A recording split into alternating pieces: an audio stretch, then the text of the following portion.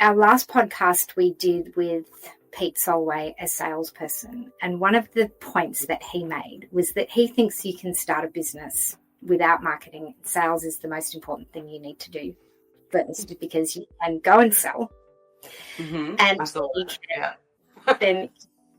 then. And I want your opinion on that, because I did it the other way around. I absolutely did marketing first before I did sales, because I feel like, for me, I felt like if I don't have my message right, if I don't understand who I am and what it is that I want to do, and understand what problems I'm trying to solve for people, how can I sell that unless I'm really, really clear on that picture? So for me, getting the logo and the branding and the website, that was really important for me to get all of that right first. And I do understand his perspective as well, but I'm interested to hear what you think about that. Is it a personality thing? Does it depend on what kind of business you have? You're both not wrong, essentially, right? So what the way I look at it is I look at the life cycle of a business, and I've actually mapped the marketing, the role of marketing at different phases of growth of a business, right? So, and it's mapped against the Harvard evolution of how businesses grow. So you're talking about adoption, and then startup, and then growth, and then expansion, and then maturity, right? And so in the ideation and adoption at the very beginning phase, what the role of marketing is setup marketing, right? So the role is absolutely your messaging, your website. You need something. I mean, I know Pete actually said, you can have a crappy website. It's still a website, but I mean, look, ideally, like if you look at founders who are experienced in starting businesses, they know that getting the branding and the website looking good from the very beginning is an enormous head start. You don't have to do it, but it's an enormous head start, because your online presence is an extension of you, right? And I use the analogy of, like, would you wear tracksuit pants to a networking meeting?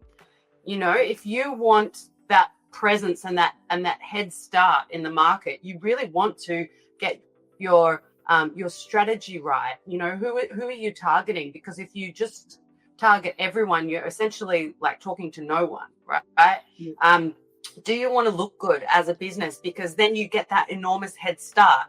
I mean, I've got examples of clients where they came to me and they were spending an enormous amount of money on Facebook ads, and we took them way back to lift their website and their brand presence. And then instead of putting that money into Facebook ads, they'd spent $30,000 on Facebook ads and got nothing, because they were sending them to a leaky bucket, right? Like the website was just, the messaging wasn't converting.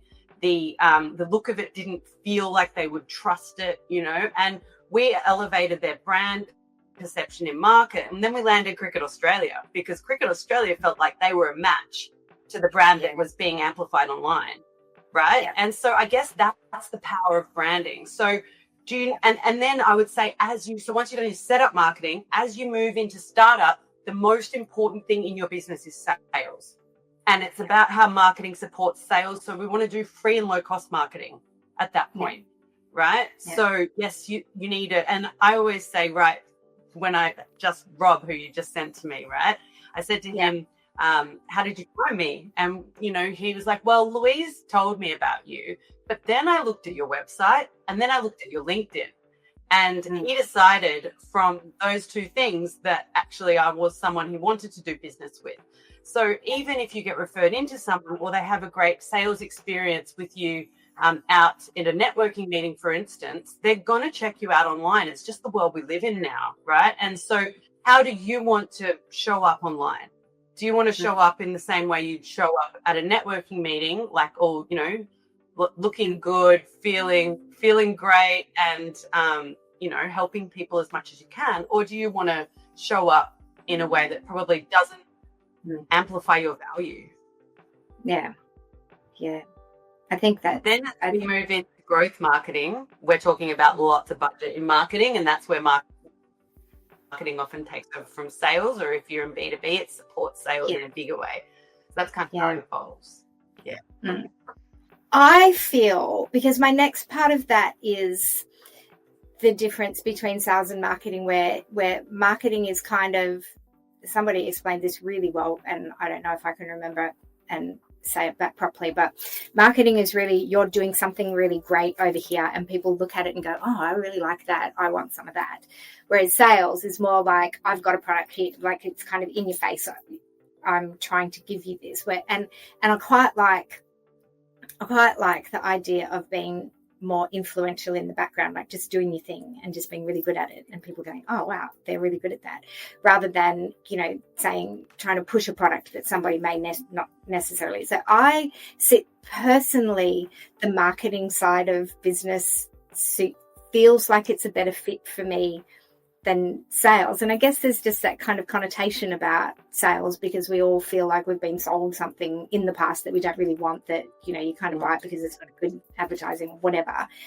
And so I wonder if it is a little bit personality based on whether you're I don't know, like I even think on the how on the netball court you have like defenses and attack players, and defenses are all like running around defending and getting the ball, and attack players are just like making the play, like they're just doing their thing. Like there's just it's just different personalities and different skills that people have, that potentially one is better than the other. Oh, but clearly you need both on a team to make a team win, right?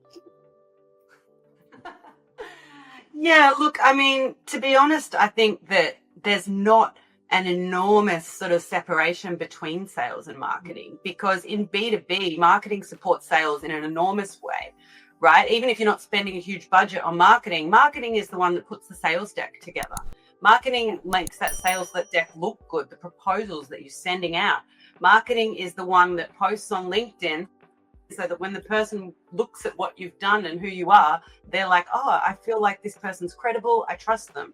Marketing is the one that sort of writes the copy that is in the sales presenter that helps the salesperson close, because they've crafted a story based on challenges, needs, desires, wants. That, and marketing also might give a salesperson something of value to use to reach out to somebody, like a blog or a downloadable or a gift. Or I know, as you're doing, Louise, like marketing might create the little boxes that sales uses to go out and, surprise and delight people so that they open the door to a sales call. So, I think that they're pretty synonymous. Yeah.